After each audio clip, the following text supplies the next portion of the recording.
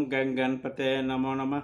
श्रीमद् वाल्मीकि रामायण बालकांड 48वां सर्ग। राजा सुमत से सत्कृत हो एक रात विशाला में रहकर मुनियों सहित श्री राम को मिथिलापुरी में पहुंचना और वहां सुने आश्रम के विषय में विश्वामित्र जी को उनसे अहिल्या को श्राप प्राप्त होने की कथा सुनाना। वहाँ परस्पर समागम में एक दूसरे का कुशल मंगल पूछकर बातचीत के अंत में राजा सुमति ने महामुनि विश्वामित्र से कहा, ब्राह्मण आपका कल्याण हो। ये दोनों राजकुमार देवताओं के तुल्य प्रक्रमी जान पड़ते हैं। इनकी चाल ढाल हाथी और सिंह की गति के समान है। ये दोनों वीर सिंह और साढ़ के समान प्रतीत होते हैं। इनके बड़े बड़े नेत्र विकसित कमल दल के समान शोभा पाते हुए ये दोनों तलवार तरकस और धनुष धारण किए हुए हैं और इसके सुंदर रूप के द्वारा इन दोनों अश्विनी कुमारों को लज्जित करते हैं तथा युवा अवस्था के निकट आ पहुँचे हैं। इन्हें देखकर ऐसा जान पड़ता है मानो दो देवकुमार दक्ष देवलोक से पृथ्वी पर आ गए हैं। मुने ये दोनों किसके पुत्र हैं और कैसे किस लिए यहाँ पैदल ही आए हैं? जैसे चंद्रमा और सूर्य आकाश की शोभा बढ़ाते हैं, उसी प्रकार ये दोनों राजकुमार इस देश को सुशोभित कर रहे हैं। शरीर की ऊंचाई, मनोभाव सूचक संकेत तथा चेष्टा बोलचाल में एक दूसरे के समान हैं। श्रेष्ठ आयुध को धारण करने वाले ये दोनों नरश्रेष्ठ वीर इस दुर्गम मार्ग में किस लिए आए हैं, यह मैं यथार्थ रूप से सुनना चाहता हूँ। सुमति का वचन सुनकर विश्वामित्र जी ने सब वृत्तांत यथार्थ रूप से निवेदन किया। सिद्धाश्रम में निवास तथा राक्षसों का बदवी प्रसंग भी यथावत रूप से कह सुनाया। विश्वामित्र जी को बात सुनकर राजा सुमति को बड़ा विस्मय हुआ। उन्होंने परम आदरणीय अतिथि के रूप में आए हुए इन दोनों महाबली दशरथ पुत्रों का विधिपूर्वक आतिथ्य सत्कार किया। सुमति से उत्तम आदर सत्कार पाकर वे दोनों रघुवंशी कुमार एक रात रहे और सवेरे उठकर मिथिला की ओर चल दिए। मिथिला में पहुंचकर जनकपुरी की सुंदर शोभा देखकर सभी महर्षि साधु साधु कहकर उनकी भूरी भूरी प्रशंसा की।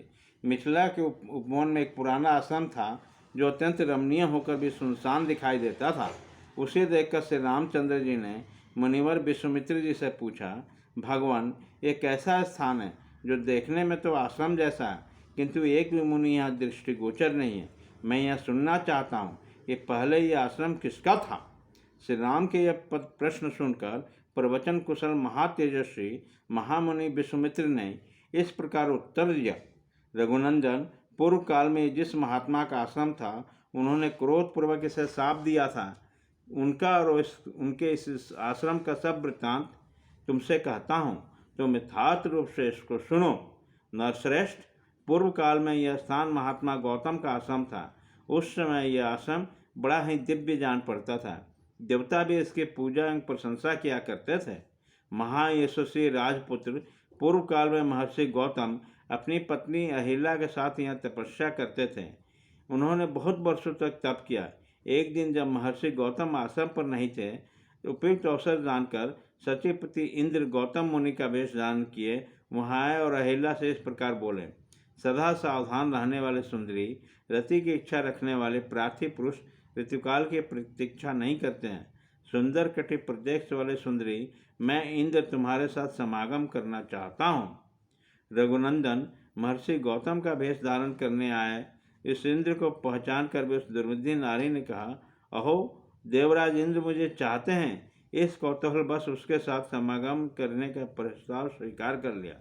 रति के पश्चात देवराज इंद्र से संतुष्ट चित्त होकर कहा, सूर्यश्रेष्ठ, मैं आपसे समागम से कृतार्थ हो गया हूँ। प्रभु आप यहाँ से शीघ्र यहाँ से चले जाइए। देवर्षि महर्षि गौतम के कोप से आप अपनी और मेरी भी सब प्रकार से रक्षा किए।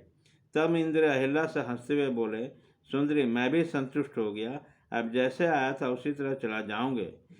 श्री राम इस प्रकार अहिल्या से समागम करके इंद्र जब उस कुटी के बाहर निकले तब गौतम के आ जाने की आशंका से बड़ी उतावली के साथ वेगपूर्वक भागने का प्रयत्न करने लगे।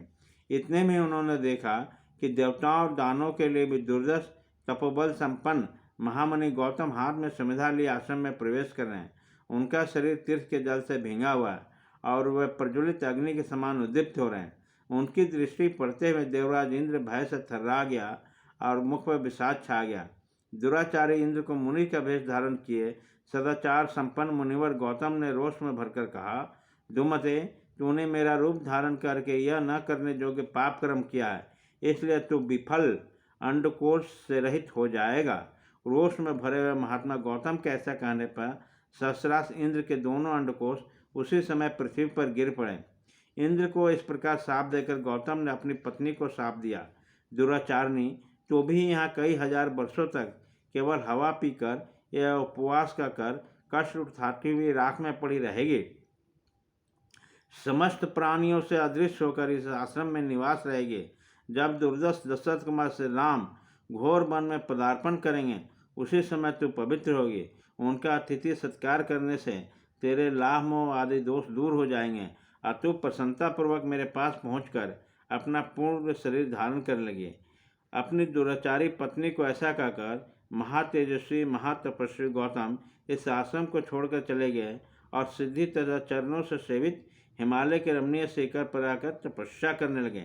इस प्रकार श्री वाल्मीकि निर्मित आश्रमायण आदि का बालकांड में 48वां सर्ग पूरा हुआ।